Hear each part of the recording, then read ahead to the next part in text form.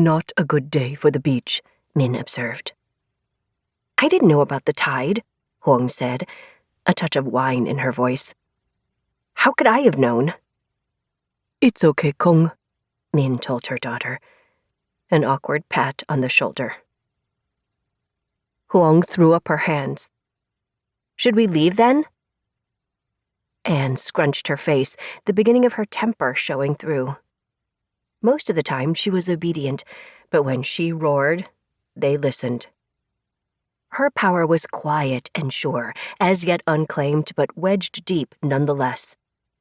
It unnerved them all to see her face darken so, especially Huơng, who saw in it a shadow of warning. Minh laughed. A sound scraped from the pit of her belly. Okay, my lion cub. We'll stay for a little bit. Huơng laid down their makeshift blanket, an old, dirty blue bedsheet they had found in one of the many linen closets of the Banyan house. She sat sullenly, watching as Minh spread sunscreen on Anne's bony arms, up onto the ridge of her nose, and in the shallow dips under her dark, watching eyes. The day had not gone the way Huơng intended, starting that morning, when she woke and found Anne in Minh's room, the two of them gasping over one of the ridiculous Vietnamese folktales Minh liked to tell, the ones that made Anne squirm against reality for days afterward, unable to resettle in their life. Those stories were too scary for a young child, but Minh never listened. We learn nothing without our legends, she said to Huơng. Huơng didn't tell her mother this, but she had wanted to be the one to wake her daughter and reveal the surprise that the three of them were playing hooky for the first time ever. Huơng had traded shifts at the restaurant with a friend, and Minh had postponed her cleaning clients, feigning illness. Huơng had even called the school and told them Anne had a dentist appointment. She didn't know what had possessed her to arrange the drive to the beach.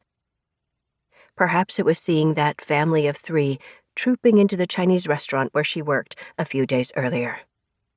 A man in Bermuda shorts, his wife in a sarong that clung tightly to her middle, and a girl around Anne's age, but tow-headed, her hair twisted in salt-crusted locks.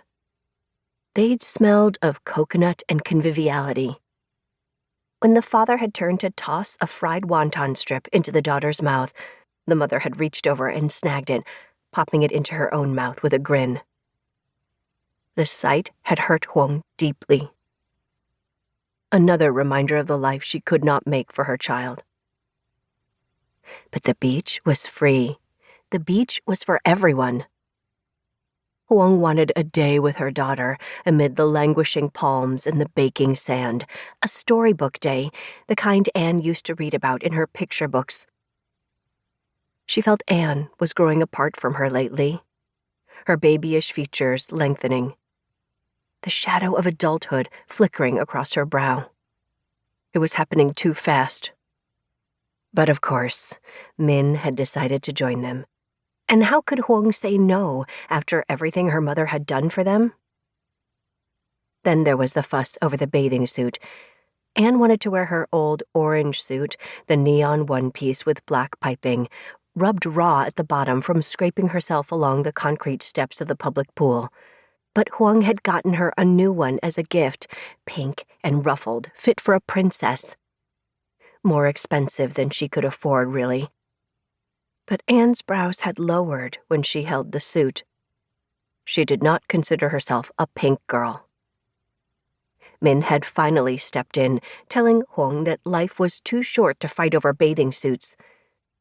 That's how it always went at the Banyan house. Minh decided what was worth caring about. At the beach, Anne coughed, then found a stick. She wrote her name. She drew a bird in the sand. Huơng noticed that it was a surprisingly good drawing for a kid. She'd captured the mid-motion rise of the wings. Then Anne wrote her mother's and grandmother's names in a row. Their whole family, a chain in the sand. The wind blew over the uneven letters. "Can I swim?" Anne asked. Huong's breath caught.